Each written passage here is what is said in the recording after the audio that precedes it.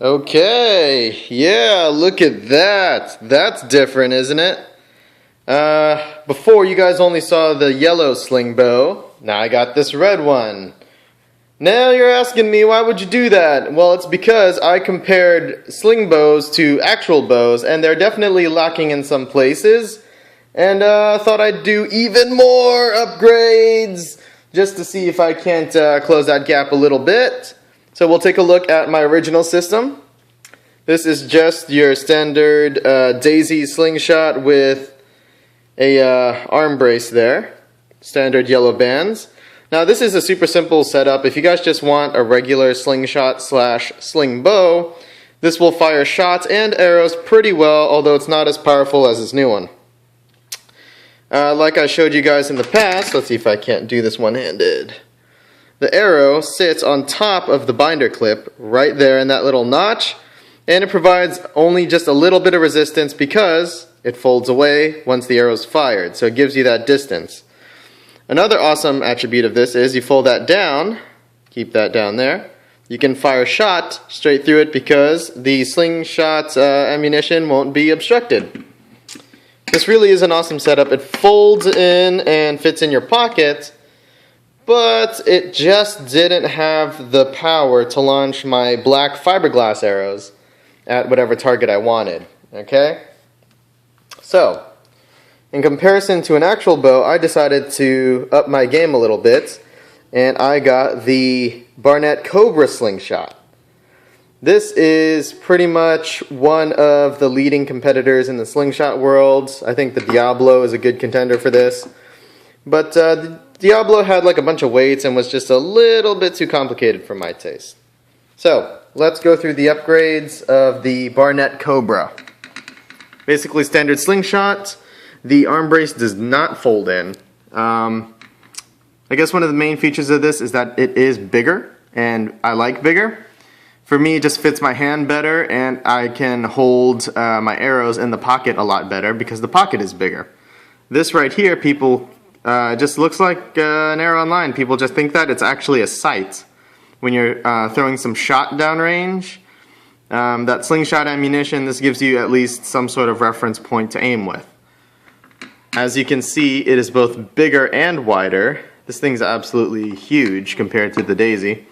It still uses a binder clip, but what I noticed is that the stalks right here that hold the slingshot bands in are much lower than that slingshot over there. So I couldn't just have a little notch on that binder clip hold it because it's a lot higher. So what I did is I took some duct tape, made just a little bit of a form there, and now, let's see if I can't hold that in place. I'll do. Let's see. Now, my arrow fits right in there, super smooth, flies on straight through. So, this is just there to give it a little bit more power. It's got the red magnum bands. I don't really know what's so special about them, but they're more powerful than the yellow ones. And, yeah, that's the Cobra slingshot from Barnett. Oh, and that binder clip right there held together with some good old-fashioned zip ties. Now let's move away from that and let's go to the arrows. As you know, I have a black arrow here, that's just black duct tape right here, with an arrowhead made from an old soup can. This is actually a very good arrow. It's waterproof, it doesn't warp like wood, it flies fairly straight. The only problem is that it's heavy. And that was one of my problems when I went shooting with a friend of mine, is that his arrows were aluminum, much lighter, and he could get a lot more distance and accuracy out of them. So I switched to wooden arrows. As you can see, this is just a regular, just wooden pole. Compared to the black arrow, let's line up just the arrowheads right here, and you can see on the fletching that it is much longer. This gives me more draw with this slingshot versus that slingshot. The red slingshot, I can pull that almost past my ear, and that really gives it a lot more power. And because it's a bigger slingshot, can I do this one-handed? Right here. The pocket is enormous, which means this is almost tailor-made as a sling bow.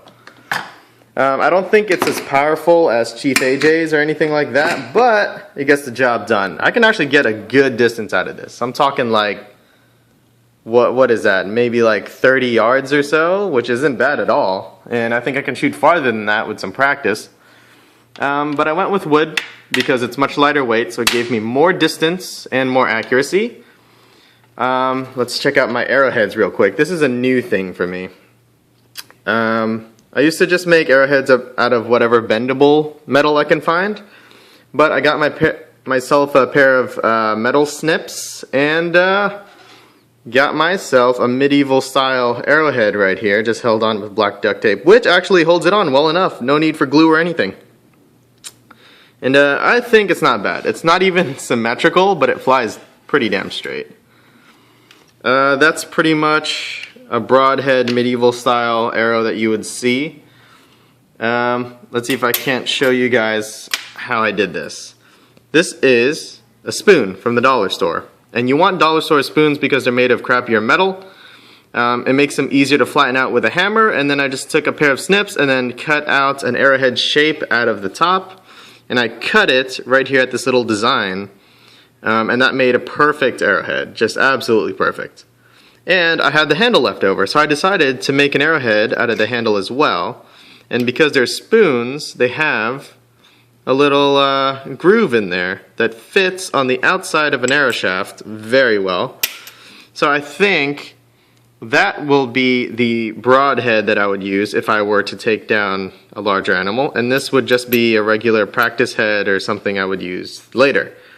I still have to carve out this spoon, but really you guys can do this at home. Need a hammer and some of those tin snips. That's it. This whole setup, I'm thinking of switching out fiberglass arrows for wooden arrows and firing them out of a stronger slingshot and see if I can't at least become a comparable match to a standard compound bow that you guys would find today. Let's see. My quiver, as you can see, is starting to rip here and there because I started running with it. That was a bad choice, but I'm going to have to repair that. But so far it's staying waterproof and very good. I still have the rest of my black arrows. I'm not going to throw these away. I'm going to keep them just for the hell of it, but really I'm just going to get some more wooden poles from my local hardware store. And yet again, all of it is contained within my shooter's bag right here. It's just a bag with some molly loops all around it. And my quiver attaches to it with quick release carabiners, and that's pretty much it. Later on in the video, I'll throw in some comparison shots. At the time, I didn't use wooden arrows. I only had my fiberglass arrows at the time. But you guys can see how it shoots and how it does compared to a regular bow, and compared to a few unconventional weapons of the time. This is the Rider, and I'm signing off. I will see you guys on the internet, apparently.